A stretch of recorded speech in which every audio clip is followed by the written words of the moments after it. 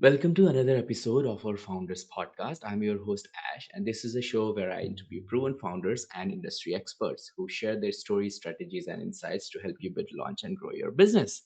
In this episode, I talk to Melibet, the founder of Knowledge Owl. Melibet, the CEO at Knowledge Owl, a company she unintentionally founded in 2015. Her passion for helping people led her from roles like counselor to director of customer happiness at Survey Gizmo. When they just thought of shutting down Help Gizmo, a knowledge-based tool, Meredith, co-founder Pete, saw an opportunity and acquired it, giving birth to Knowledge Out. Meredith's expertise lies in knowledge management, customer support, and building people first business. Knowledge Owl focuses on crafting awesome knowledge based software driven by customer feedback and sustained solely by its profit. And I know a lot of you want to understand how founders make it, how they don't go for investment and do it by themselves. So, this is the right show for you. So, I hope you enjoy the show. My Libet, welcome to the show. Thank you for having me. Great. Do you have a favorite quote, something that inspires or motivates you that you can share with our audience?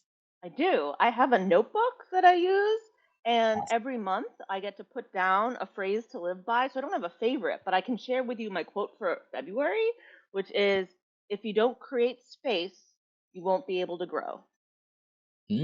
Interesting. Nice. Because there is no space where your stems will grow, right? Yeah, That's that's a that's Dan neat. Patel special. He's the founder of SaaS Academy. So I heard that from him. Awesome. Awesome. Great stuff. So tell us about Knowledge Owl. What does the product do? Who's it for? And what's the main problem you're helping to solve? So we help people, small and medium-sized businesses, build knowledge-based websites. So a knowledge-based website is a website meant to share information with whoever your target audience is. So you Hmm. can very much think of it like a help center, for your support team. So a lot of software and technology companies, which is about 50% of our customer base, use us Hmm. primarily for software and product documentation for their customers. Awesome. Awesome. So I want to talk about more behind this innovative venture and how your past and everything. But before we get into that, let's talk about where the story began. Where did the idea for Knowledge Out came from? So I was the director of customer happiness at Survey Gizmo, and I was running their support team.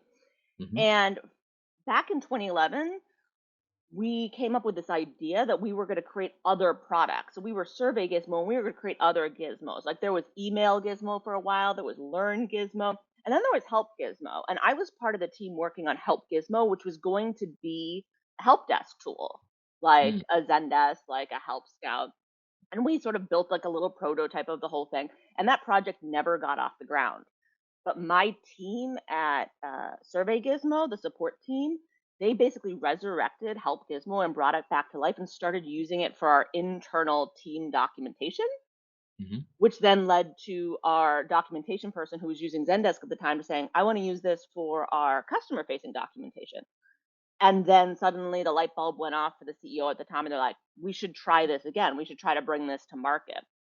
So, um, yeah, so I got the opportunity to switch from being the leader of the support team to basically being the product owner and the manager to bring Help Gizmo to market. And so I said, sure, why not? Mm. Great. And while you were while you were getting these feedbacks, um, was there any particular feedback or any particular customer you're working with whom with you interacted and understood that, oh, this could be something bigger than what we've been trying in house, or something different could add a literally next stream of income to our businesses, or something like that? Yeah, so I originally Help Gizmo was going to be a full help desk solution, but when we sort of resurrected it for our team, we were just using it for internal documentation and then for our customer facing documentation.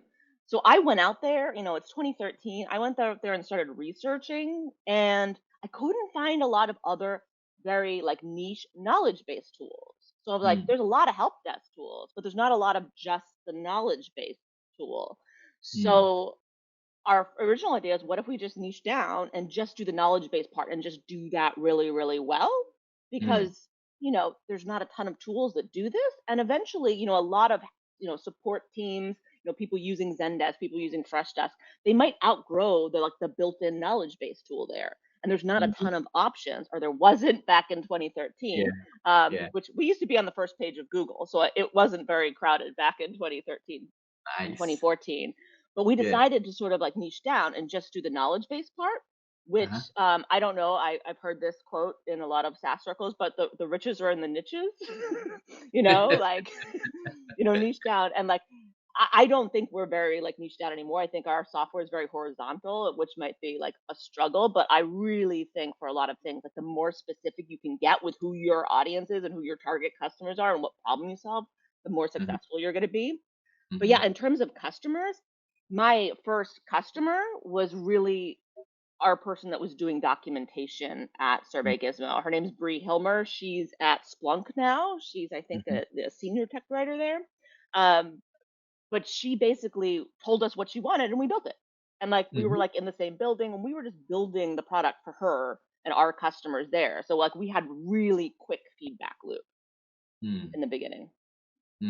Interesting, very interesting. So a lot of startup starts with either if the founders are facing the problem themselves in this space, which I think in your case it was the reason, and then the other segment is like somebody who has found out this problem faced by a particular vertical and then they jumped on the opportunity, right? Mhm. That's good, that's good. So when you had this epiphany, did you looked in the market? I mean, from the memory I know that there's a company called Altavasian in Australia. They have Confluence and Jira. Jira is for project management, Confluence for, I think, knowledge Knowledge. management, I guess. Yeah, you Yeah. can. Confluence is a competitor. Yeah. There you go. So Yep. did you like did were there did you do your research? Were there other products? What was going on that time? And what So, did you see from yeah. so I mean, at that time, like Confluence was not on my radar, Mm-hmm. like because I wasn't looking for things that are like Confluence is sort of like a wiki, right, where like everybody's sharing information. And to be 100% honest, like I had no idea what knowledge management was as a category. I was really thinking, and we were coming at it from the help desk, side of the world, because I have a support background, and we know that all help desks have like a built-in knowledge base tool, like to build a help center, right? But Mm-hmm. like it's not their primary focus, as a product. Their primary focus is like the conversation piece. So, Yeah. they're limited in terms of features. And then if you wanted to go try to build your own knowledge base out of WordPress or anything, it's complicated. And like, have you ever built like a website before? And like, there wasn't a ton of things that was just like specifically for like a knowledge base. I think at the time there was a company called Help IQ. Help Mm-hmm. Juice was around at that time. There was something called Manula who like made like document software. They're still around too, but there wasn't a ton of things that were like just like the knowledge base. So like as a Mm. support person, if I'm searching for knowledge base software, there wasn't a ton of stuff, and a lot of the people that were ranking for it were people who were help desk tools. You know, so Right, right. yeah, Okay, that's good. And and how did you approach? So you mentioned that you were ranking on first page of Google, and that's very interesting for me. All of most of the audience we have on our show, they are founders. Either they are doing it with bootstrapping, or they are having like joint accelerator programs in different parts of the world. So, but they're all always looking for these kind of tricks and tips how you can get the early adopters. yep, And one of the very I guess adopted or famous ways is to do content marketing, whereas yeah, I'm not sure if you did that or not. But so how did you go ahead with that, like when you were like, I don't know, pre-launch phase, yeah. or when you launched, and how did you progress from that point? Yeah. So, I mean, the good news is I had no idea what I was doing, so I didn't realize how hard anything was. And I think this is a beautiful place to be before you know it, because you're just like, Mm. why not? I'll just try it. It's sort of like being Yeah. a kid. You're not scared of anything. So I was, how do we get onto Google? I'm like, I guess we have to write content. So we were just, and we didn't have customer support. So I had a bunch of time on my hands. So we were writing blogs all the time. I was commenting, like I was going into communities and commenting on things. I was using social media back then. And yeah, so, and I don't know, we just did that a lot. And then as we got our first couple of customers, right? Like, and as we like gained some customers, we like went hard on like the reviews, like getting Capterra reviews. Like the review sites were like a big big thing for us because it like lent Right. trust and validity, and it got other people to discover us and be like, oh, this is ranked highly. So Mm. that was like originally our strategy. And then once we got customers, we sort of abandoned that. And now we're like on, page 5 of Google for knowledge based software. So we need to fix that problem. But maybe the idea is we need to go back to the content You because it don't did know. work. It does work. You have to do the work. That's another quote I have: chop wood, carry water. Like, you Yeah. know what you need to do to get to the first page of Google. It is hard, but you have Hmm. to do it if you want to be there. Produce Hmm. valuable content. Did you do any kind of like keyword research, or do you just jump into the space and then start writing? And what was the Yeah, approach? I mean, I was Googling like how to do this. So I think Neil Patel at that point had like a course that I was like, I went into the course and it was just like, Mhm. just keep writing blogs, right? And so like I did some like basic keyword research, but it was very much about knowledge bases and internal knowledge bases and free knowledge bases. So I did do some research about what people are looking for and like, would just like find out a term and then just try to create some content around that, Mhm, mhm. especially if it spoke to me. One of my favorite blogs I wrote way back in the day was, is it knowledge base or knowledge base? One word or two words? Like, how do you spell knowledge base? I think we still own that. I think I Oh, still own wow. the answer to that question from a blog post I wrote a really long time ago. But yeah, it's Awesome. interesting. Interesting. Very, very interesting. And these kind of low-hanging fruits in terms of search engine optimization, you actually don't know if you're gonna get like, your ideal customer profile, coming to your website from this keyword, but it definitely tells Google that people are coming to your website. That's really, really good, right? Right. And that you So know about a subject, I think, right? Like that you're an expert on this subject. subject, So, yeah. exactly, exactly. Great, great, great. So can you give us a sense of the business, where you are in terms of revenue, number of customers, size of Yep. team, etc.? Yeah, so we are over just over a million in ARR. We have 450 customers and 10 team members. Mm-hmm. Mm, interesting. Very very streamlined team, producing a lot of results. That's really good for a startup. Or I mean, you're not a For like startup years, anymore. for years it was just two of us. So it was just Oh, me and my co-founder Pete. And then, then we started bringing some folks in, oh, I think in 2017, 2018. So, great. yeah. And I would love to know more about you and Pete. So I'm eager to learn more about the person behind it. Can you take us back to your roots, share with our listeners about how your upbringing and childhood was? How did your early experiences shape your journey and eventually led you to become the entrepreneur? Sure. I still struggle with being called an entrepreneur and a founder because I'm like, it was an accident. I didn't mean to do that. But I think there are quite a few people who accidentally end up in situations where you have an opportunity and you just go for it. Hmm. But yeah, so I did not think this. I grew up thinking I was, early on, I wanted to be a veterinarian, like Hmm. a lot of kids. And then I realized, oh, I love animals so much. I don't want to see them in pain. So that Hmm. was scrapped. But I thought I was going to be like in the arts.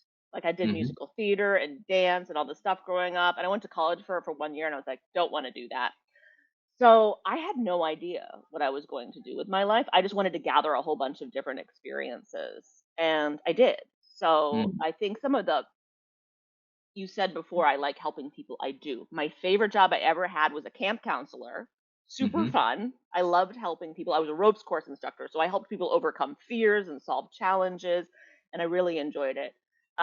Then I became a teacher, and I Hmm. was a middle school teacher. So I taught kids like probably from the age of like 10 to 14 for a couple of years, and I loved that. And then I moved, and that's when I randomly got into tech. Hmm. And I convinced them to give me a support job because I wanted, like, I'm like, I can help people. I'm pretty like tech savvy because I was sort of the Hmm. tech savvy teacher. And I was like, I could get a job in software. So I convinced Survey Gizmo to give me a job on their support Hmm. team. And I'm one of those folks who accidentally ends up in leadership roles. Like I don't go for them, but I'm pretty stubborn. I don't want anybody else telling me what to do. So I often find myself accidentally in leadership roles when I'm like, I don't really want to be a leader. So I call it the reluctant leader. So I ended up becoming like in charge of that team and then in Hmm. charge of the product Help Gizmo. And we were just really lucky because, a lot of times you have these internal projects and they get just shut down and you get told to go back to your old job or like take a hike. And they gave us the option to purchase it and then run it as our own business. So, Mm. that doesn't happen quite often. And like we were lucky at the beginning because we didn't have to go through the ramen stage, right? Where you're like not making any money or you have to have a side job because we were getting paid to build this product. So, Mm. we had a head start. We were very privileged at the very beginning. So once we took over it, we had enough revenue coming in to Mm. not have to have a second job. Wow. So Wow. lucky. That's We really were interesting. lucky. We were very Yeah. lucky. Especially being just team of two people, it's amazing to Yeah. what you guys have achieved. So, and anything you would like to share about Pete? How did you guys meet, or how did you got into I this? hired him on my support team back at Survey Okay. Gizmo.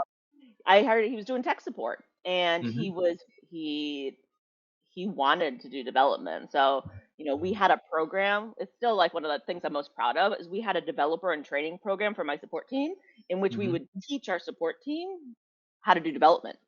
And a Hmm. lot of those people from my early team that did this, they're like directors and managers of teams. Pete's now the CTO of Knowledge Owl. Hmm. So like they've gone on from like the support background to like have careers in development, which is pretty cool. And we taught them to do that. You know what? You're saying that you've been lucky, but what I've heard till now, it makes me feel that you've been actually working towards this since from your starting point, right? You have worked as a as a coach, as a mentor to support other people. You taught kids in the teacher, so that's a lot of training. How to speak, how to emphasize, sorry, showcase your empathy, and then you jumped into the IT space where you actually progressed very well within a short period of time. So I guess you got like that hidden It's all talent. connected. It's all connected. It does. I used to say that, being like a manager of a support team was like the same thing as being a teacher. I Yeah, used stickers, right? Like it was in person back then, it wasn't remote. But yeah, I mean, it was very similar. And I yeah, think what tech can use a lot of and what like SaaS can use a lot of are the people skills. So I think one of the things I'm very proud of and I'm still very much attached to and I believe in very strongly is hiring people who don't have a tech background, who don't have a SaaS background, especially for like, those customer facing roles. You can teach technology. I can teach people to do software development. I can't teach people to have empathy. I can't teach people exactly. to like want to help people, to have that heart for service. And if you Hmm. can hire those people and bring them in your team, when you can have like a software product that's really good, built by people that like want to help people, right? Hmm. And I think that's sort of the secret sauce. Is because like our developers too, and Pete had that service background too. Like he wants to help. He's not building it for himself. He's building it because he wants to help people. And he's like listening to feedback and he's building it for people. So I think getting those really like people first people on your team can really sort of supercharge your growth. Awesome, awesome. And obviously you found out a diamond in the coal mine. You onboarded him, and then there you go. You got a He is company a here. diamond in the rough. I'm a fan. So what I'm interested in is like when the company decided to shut down the Help Gizmo part, what made you or what triggered this decision making of yours so that you guys thought, okay, let's take it in our hands? How did you come up with this like strength? There are sometimes I think you get forced with a decision that doesn't really feel like a decision at all. Right? Like, how would you not? Like, what? Like, how? I don't know. Like, I don't know how I would not give this a try. It's Mm. absolutely terrifying because most startups will fail, and then you'll be like, I'm gonna take this, and we're gonna fail this because that's what happens. They're not gonna make it 3 years. They're not gonna do it, right? And then you're gonna have to go find a real job. Mm. But I really believed in the idea of building a company for good. And you don't see it a lot with software companies. You don't see a lot of very purpose driven software companies, but like somewhere in me, I really wanted to do tech different. Like I Mm. really wanted to build a SaaS company and a software company that treated people really well, that treated their customers really well, that treated their staff really well, that like treated the community and like the world at large really well, and like did things a little bit different. So I was like really called to that. I'm like, I think it can work. I think we can do this. And Mm, so many times, and like, and this is absolutely like I do not I'm not held against people who are looking for the exit, right? Everybody needs an exit strategy. Including me, mm, and that, some people call this like what is your ideal exit? If you don't think about what you want, like you're gonna be in for it. Like you need to have like what's going to happen when I get to a certain point. Like what is my end goal with this? Like what am I mm. aiming for? And like when I was really challenged to do this, it's like I realized I wanted to build an employee owned software company. I don't know Mm. many that are employee owned, but like that's my exit plan. I want to be able to sell it back to the people that helped us build it and then just let them keep taking it forward. So like to me that's my perfect exit, but like I think that's a very like people first and people centric thing. Like I want to share the wealth that like we can create by building like a great company with other people. Well, that's first. I mean, I've never heard this before. I mean, I've Yeah. interviewed tons of founders, and nobody mentioned to me on the show that they want to actually get an exit by giving it back to the employees. I mean, there I are potentials, there probably are other people like this. You don't hear about it though, yeah. but I think we could. Wow, wow. That's really eye-opening. Great. So tell me how long it took you guys, or I should say Pete, you were mostly working on, I'm guessing, on the product side, and Pete will be, I'm guessing he was working with the tech side. So how long it took you guys to get the MVP ready from day Oh, zero? that was so long ago. but but we already sort of had it because we had a version of it that we were using. Hmm. Um I think it was probably 3 or 4 months of like us working on the product and building it internally and like setting up the website and setting up Stripe and everything to be able to bring in new customers and me doing all like us doing like all this blogging and stuff to try to rank and whatnot. And it was about 4 months, I think, before like when we started like 100% working on it to like the Hmm. first person just signing up for a trial and then putting in a credit card and paying us. Hmm, Yeah. interesting. And how long it took you guys to, so let's say for example we take it like 3 to 4 months to MVP, but after you launched your MVP, how long it took you guys to get your first customer? I mean, I'm not referring to the customers you might have got from your other business. It's solely for this one. How Yeah. did it It was for go? that was the first customer who had no relationship to the other business. Isn't that Okay. because Okay. yeah, it was about 4 months. And how did he got to know about the business? Did your blog posts or search engine optimization led him to the content, or how did he find about you guys? I'm guessing he probably found us on one of the review sites. I don't know for sure, but like we were doing a lot of like work on SEO. So like you could find us. We didn't have any paying customers yet. We had the free customers that we were building it for. So we had people using it, Hmm. that we'd just asked, like those early adopters, but we didn't have anybody from like the general community. But we had started getting some trials in there, generally. I think it was a lot of it like coming in from like Capterra. Um, you know, the people looking for a knowledge base tool. And then, they would find us and they would sign up for a trial. And then somebody paid us in about 4 months, which felt Awesome. pretty good. Yeah. How did you got into Capterra? Because I guess it's very competitive place to be in there, right? It wasn't back in the day. I'm just telling you, like it wasn't that like the space was not very crowded. Like Hmm. back in the day in that listing for a knowledge base, none of the help tools were in there. So like I wasn't competing with like Zendesk or anything. There was just like a couple other tools and then there were these like sort of old school like help authoring tools that people would use. Like remember when I don't know if you remember, but like you used to hit like, F5 on your keyboard and it would pop up like a help menu for old software. Oh yeah, Windows. Yeah, Yeah. yeah, So like those were yeah. like called help authoring tools or hats. And like you would use these, there was specific software designed to do that.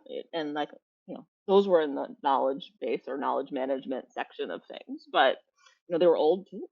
They're old school. Great, great. And when you guys started and now, I'm sure you have done tons of variation in your pricing, but how did it look back then and how does it look now? So we are looking at updating our pricing right now. I Okay. will admit we have not changed our pricing since 2017.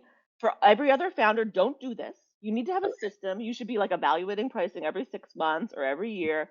Don't do what we did. Like, do Mm. not do what we did. We also, let everybody keep their pricing. So we have all of these legacy plans. I have like almost 200 of them, right? Like I have a lot of legacy customers, and now we're gonna have to figure out how to move people to new pricing. So we originally it was just we looked at those very few other tools out there, and this is a way that people choose their pricing. You just look at your competitors and you try to be like, we don't want to be the most expensive. We don't want to like win on price though. So like find somewhere in the middle. Mhm, So mhm, that was sort of the strategy, and it wasn't, what people would advise you to do today. It's not value-based pricing, but our customers have traditionally really liked our pricing, um, because it's very straightforward. It's easy to mm, estimate. We've done, and for years since like 2017, we do like user based and knowledge based or like project based. So there's mm. like a flat rate, and then you pay for however many, like the user seats or like the projects that you want to do in Knowledge Owl. So it's easy for people to estimate, and people like it because it's straightforward. It's not optimized, in terms of SaaS, or like pricing experts would probably like tisk at me, but our we don't even have like the generally like the really different plan levels. We do all features at all plan levels. So we've made some decisions in the past to make it Mhm. easy for our customers and easy for us. I don't know if it's optimized in terms of revenue. So that's something I'm currently exploring and figuring out where we want to land on this. But moving forward, right now we're working on creating a system to figure out how to update our pricing, because as you know, like inflation's gone up like 25% since 2017, and we have not raised our prices. So Oh, yeah, you have to definitely. yeah, Okay. yeah, gotta Okay. fix that. Right. Okay, great. And um, what I also want to know that usually when you find your co-founder, how does that look when you have to make a decision?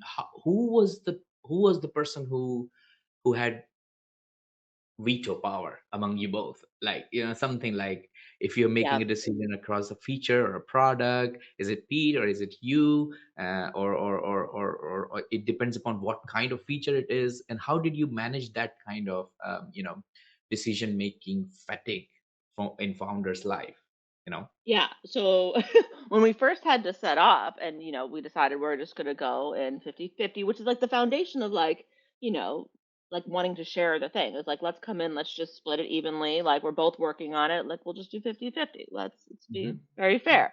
But when we created our first operating agreement, we had to figure out, okay, so what do we do if we disagree? So we put in the shotgun clause, right? So, if for whatever reason, like that it came to it, like here's what's going to happen. Here's how we're going to, deal with like the business if it comes to that. We've never we very rarely like get into it where it's problematic. Um so like I've been lucky. I've been very fortunate that like it hasn't come to, a lot of people have founder issues. We haven't gotten to a point where it's been difficult, but we have in our back pocket, right, the operating agreement with the shotgun clause that says like, here's what's happening. Like if we get to the point where like we can't work together, we can't do this. Mhm. One of us can make an offer to buy the other person out, and the other person like can either take it or like outdo it, and that's it. So like we Like, know there is like that, at the end of the day, but we've never let it get to that point. So oh, awesome. I yeah. mean, you must have a really good team dynamics going on there for the founders. So that's why, because a lot of founders struggle with decisions when it comes for the product. So that's great, great. So can you share a compelling case study that highlights how a company leveraged knowledge our solution to achieve success and solve their key business challenges? Yeah, I that's would an love to hear exciting one. Yeah, no, I'm trying to think of like a good.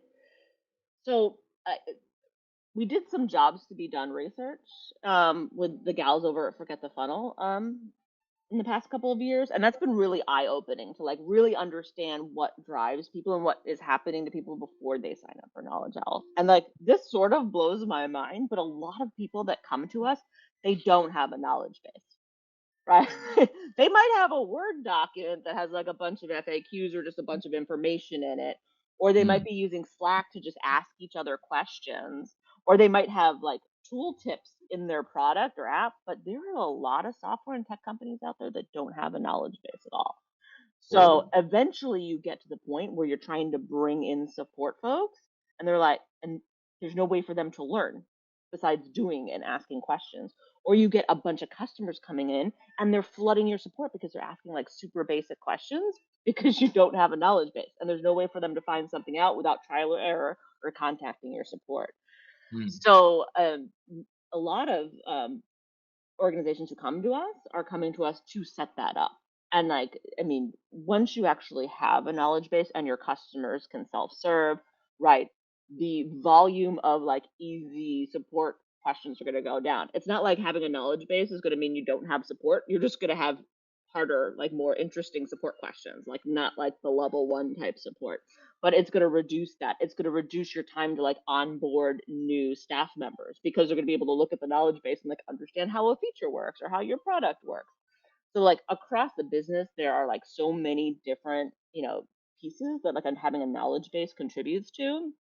Um, and it's a hard thing to measure. And I think this is what a lot of like tech writers and documentation specialists, it's one of those things that like at like a heart is like important for your business, right? Mm. To grow. But like how do you measure the impact of like having documentation without taking it away once you have it?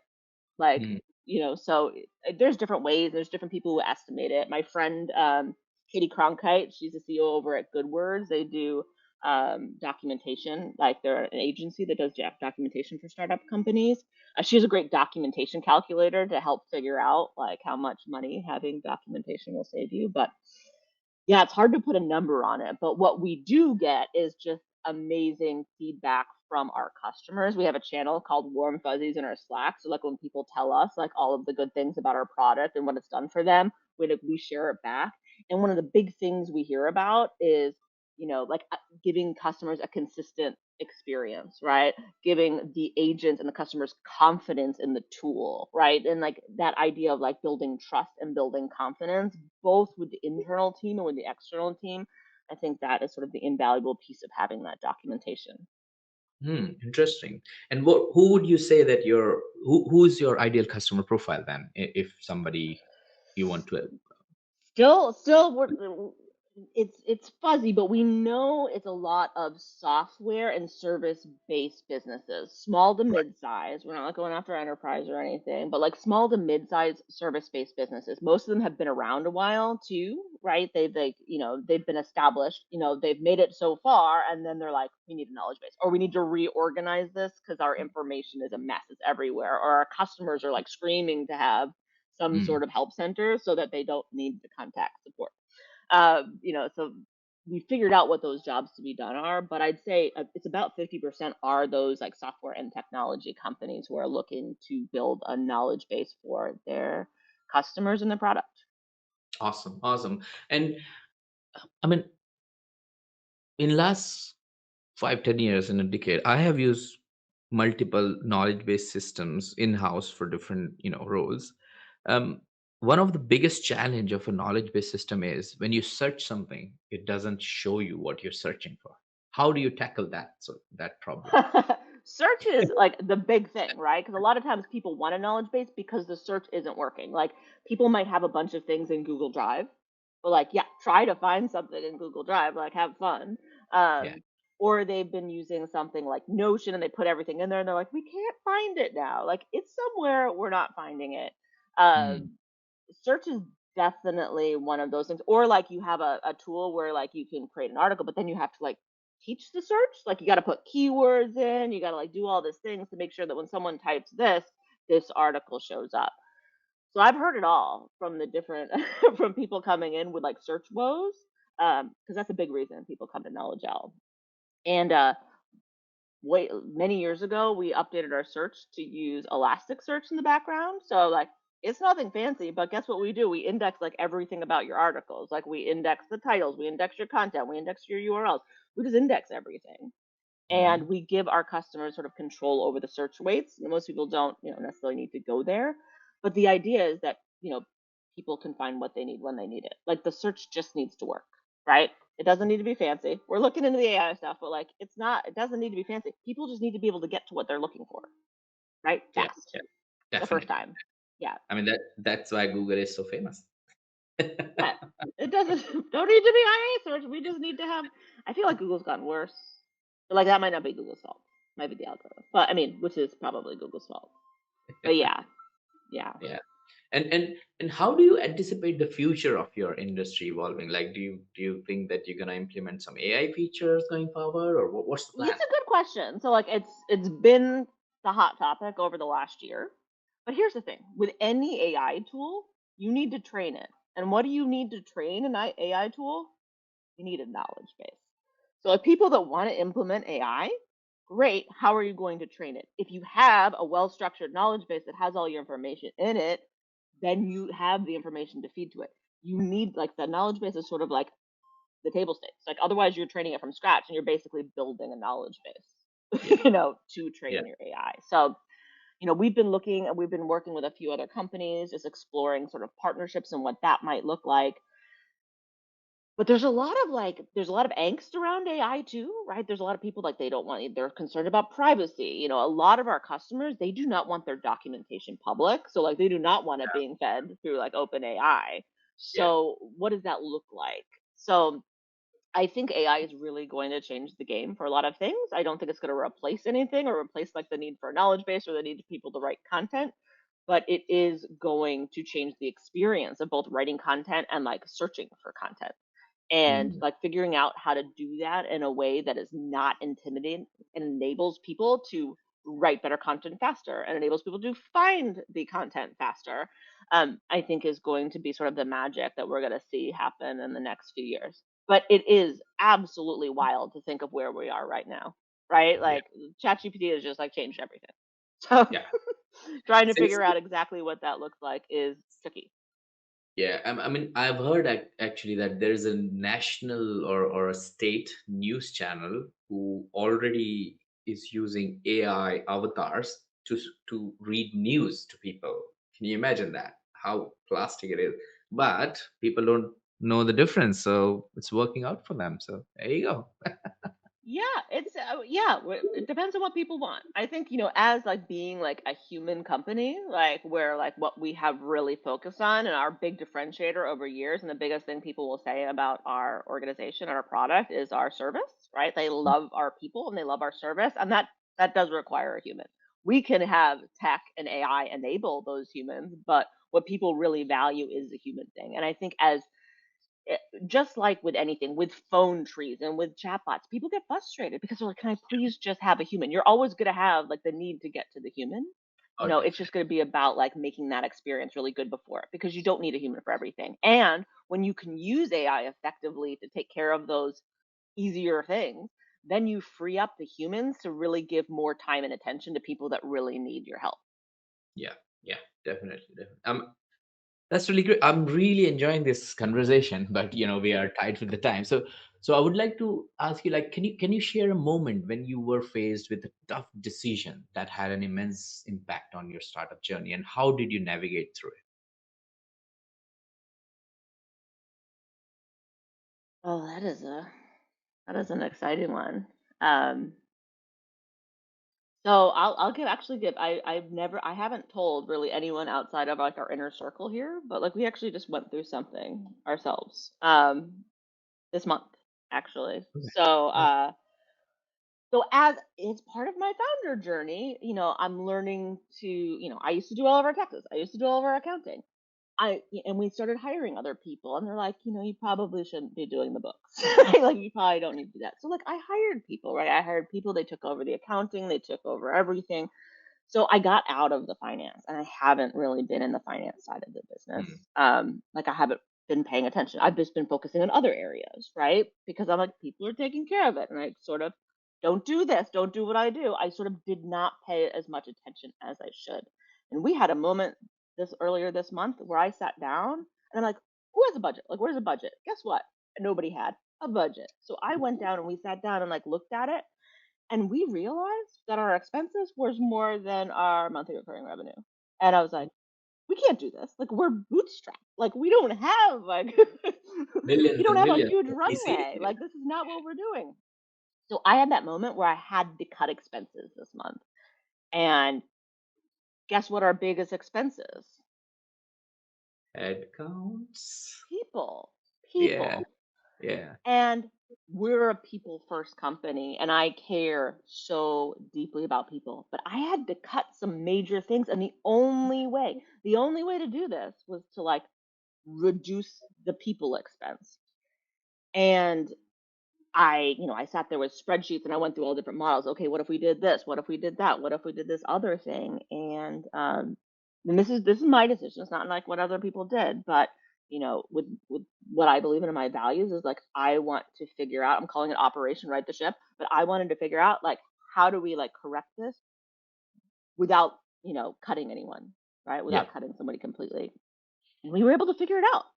And like Oh, nobody lost their job. okay. Everybody's still here. We have a plan.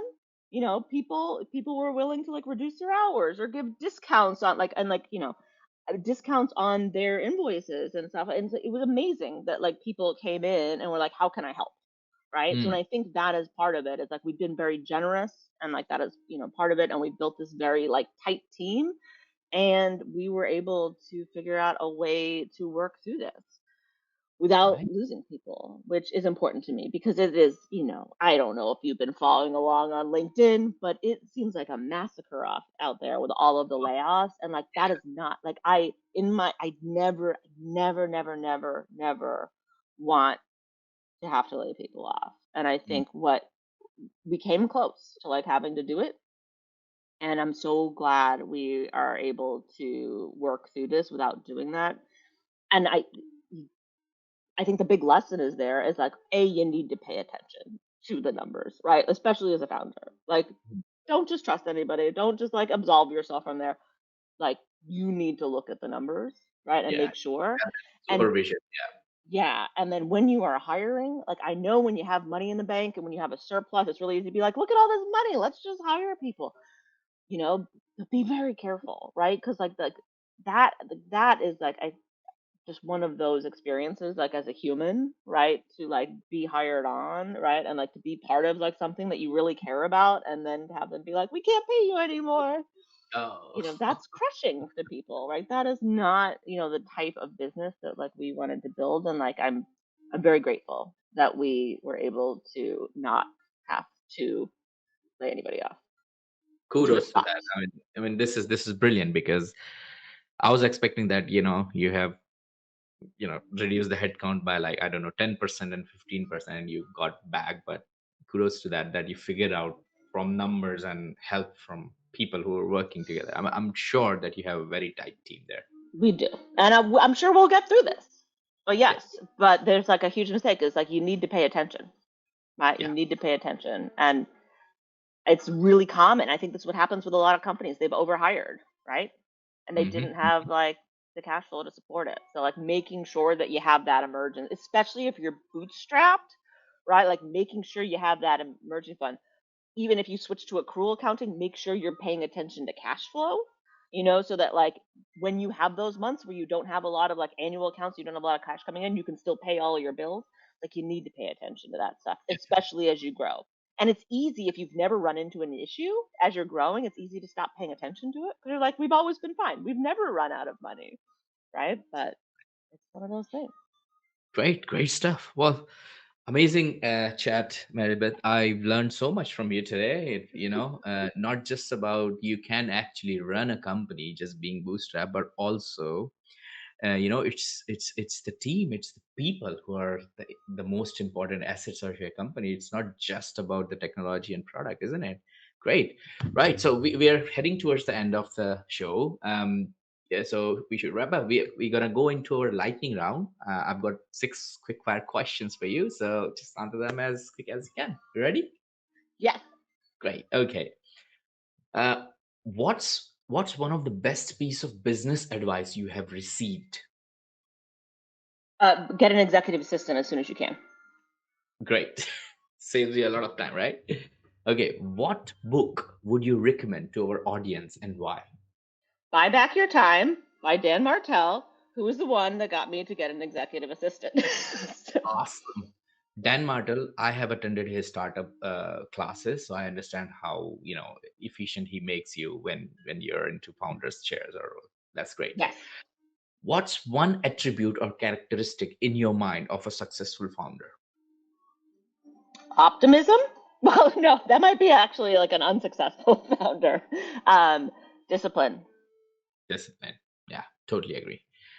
What's your favorite personal productivity tool or habit? Scheduling my time. Mm-hmm. Okay, it's kind of a calendar. What's a new or a crazy business idea you would love to pursue if you had time? I always it's something called the validation hotline. I've been thinking about this for years, but do you ever remember something that you can't Google? Like you look at it and you're like, you can't find evidence that this was actually a thing ever, but you remember something. Like I Mm, want to be able to like call somebody up or like send an email. I'm like, can you find evidence that this actually existed and have like a teams of people that will research it and actually validate that you're not making something up. The validation right. hotline. Yeah. Validation online. Yeah. Oh, that's a really good I idea. don't know. It's not about making money. It's just about solving my own problem, which is like, I know this used to be a TV show. Like, where is it? I have no evidence that this You, existed, but I remember it. you know what? You can have big customers from people who are in opposite party Mhm. for this line, right? Ah, no mind. Yeah. Yeah. Let's go to the next one. I don't know if it's a good business making idea. It's just something I would want. Great. Last question. What's an interesting or a fun fact about you that most people don't know? In the startup world, it might be that I hunt rats with my dog for fun. Oh, okay. Yeah. Hunt rat for okay. It's a What does that sport. mean? It's a dog sport. It's called barn Okay. hunt. Okay. Yeah. She's very good. We do this a Okay. lot. Awesome. Yep. I've never heard about it. Yeah. So I'm gonna Google about it later. You should. It's very fun. I'll send you a video. Great stuff. Yeah, that would be good. Great. So, Maribeth, thank you so much for joining me and sharing your story, unpacking the last few years of building this business and some of the ups and downs. If people want to check out Knowledge Owl and if they want to get in touch with you, what's the best way to do that? So I'm pretty active on LinkedIn. So I'm just Mary Beth Alexander on LinkedIn. I'm also trying to figure out Instagram. I'm Chief Executive Owl there. So Hmm. I'd love more friends on Instagram. And then I'm just Mary Beth at knowledgeowl.com if you want to send me an email. So I'm happy Awesome. to chat. I love people. Awesome. Great. Maribeth, thank you so much for joining us today and sharing your inspiring journey and the impactful work you're doing with Knowledge Owl. It's been an absolute pleasure having you on our Founders Podcast. Thank you. Great. Thanks you all for tuning into this episode of Founders Podcast. I hope you found our conversation with Melbeth insightful and inspiring. If you enjoyed this episode, make sure to subscribe to our podcast and stay updated on future interviews with proven founders and industry experts. Stay inspired, stay motivated, and keep building.